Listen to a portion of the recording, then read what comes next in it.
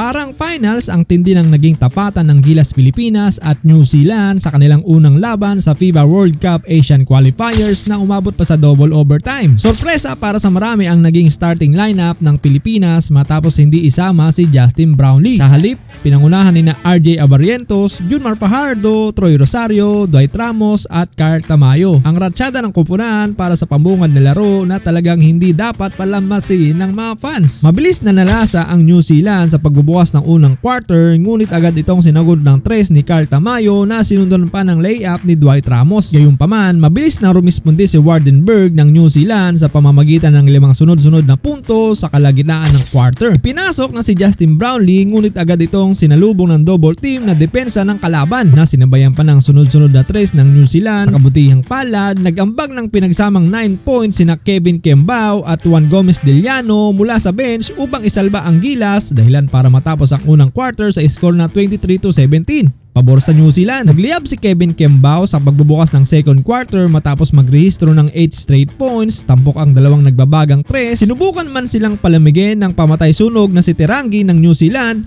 rumesbak agad si JGDL ng isang swabing alley-oop layup. Palapit sa 4-minute mark, naiwan na naman si Carl Tamayo sa labas kaya pinarusahan niya ang Tall Blacks. Baba sa isa ang dehado, 30-31. Pero matindi ang kapit ng New Zealand. Bawat saksak ng Gilas, may counter-attack sila. Dagdag pa ang ilang paborable ang tawag ng referee. Ang magandang balita, salamat sa matinding laro ni Tamayo, 11 points, Kembao 10 points at JGDL na may 9 points. 5 puntos ang abante ng New Zealand, 44-39. Abangan natin ang pagising ni Justin Brownlee sa second half na kasalukuyang 0 of 1 field goals pa lang. Naging meet siya ng matinding ratsyada ng kalaban si Sam Manigat ang pagbubukas ng ikatlong yugto. Dahil dito, napilitang tumawag ng mabilis na timeout si Coach Tim Cone matapos lumobo ang kalamangan ng kalaban sa 11 points, 52-41. Hirap noong una ang Gilas dahil sa sunod-sunod na turnover at sa mahigpit na pangganchilyo na depensa kay Justin Noypi. Subalit sa kalagitnaan ng quarter, bumasag sa katahimikan si JGDL sa pamamagitan ng isang crucial na tres. Sinundan pa ito ng ratsyada ni Dwight Ramos na bumanat na 4 na sunod-sunod na puntos para buhayin ang opensa ng Gilas. Sa huling 2 minuto, uminit ang tensyon sa court, napikon si Miller, agresibong depensa at hustle ni Mike Phillips na nagresulta sa isang unsportsmanlike foul.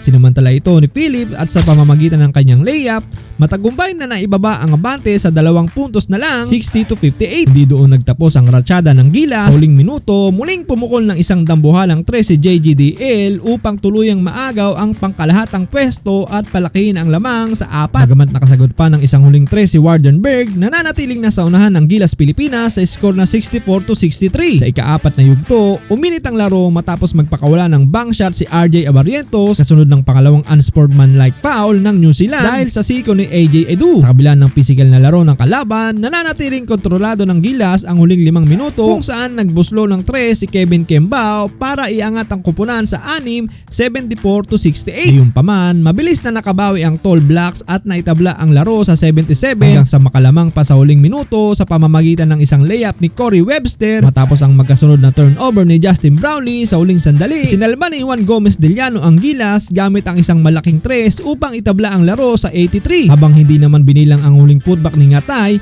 para sa New Zealand, hudyat ng unang overtime. Pumasok ang unang overtime kung saan sa wakas ay nakapunto si Brownlee gamit ang isang bank shot na sinundan pa ng floater ni KQ para sa 90-87 na kalamangan. Ngunit muling sumagot ang New Zealand ng 4 na sunod-sunod na puntos para agawin ang pwesto 90-91. Sa huling 8 segundo, muling bumanat si Juan Gomez Deliano ng isa pang crucial na tres upang makuha ang kalamangan 93-91. Subalit natawagan ng foul si Dwight Ramos na nagresulta sa tabla 93 kaya umantong ang laban sa ikalawang overtime. Sa second overtime, agad na nagpasabog ng end 1 si Davidson para sa New Zealand. Mabilis itong sinagod ng Gilas ng 5 sunod-sunod na puntos kabilang ang isang end 1 ni Edu at isang malaking tres mula kay Brownlee. Sa kabila nito, hindi nagpatalo ang Tall Blacks at nakuha ang 104-102 na pwesto. Sa huli, tuluyan ng kinapos ang Gilas at tuluyang naitakbo ng New Zealand ang tagumpay.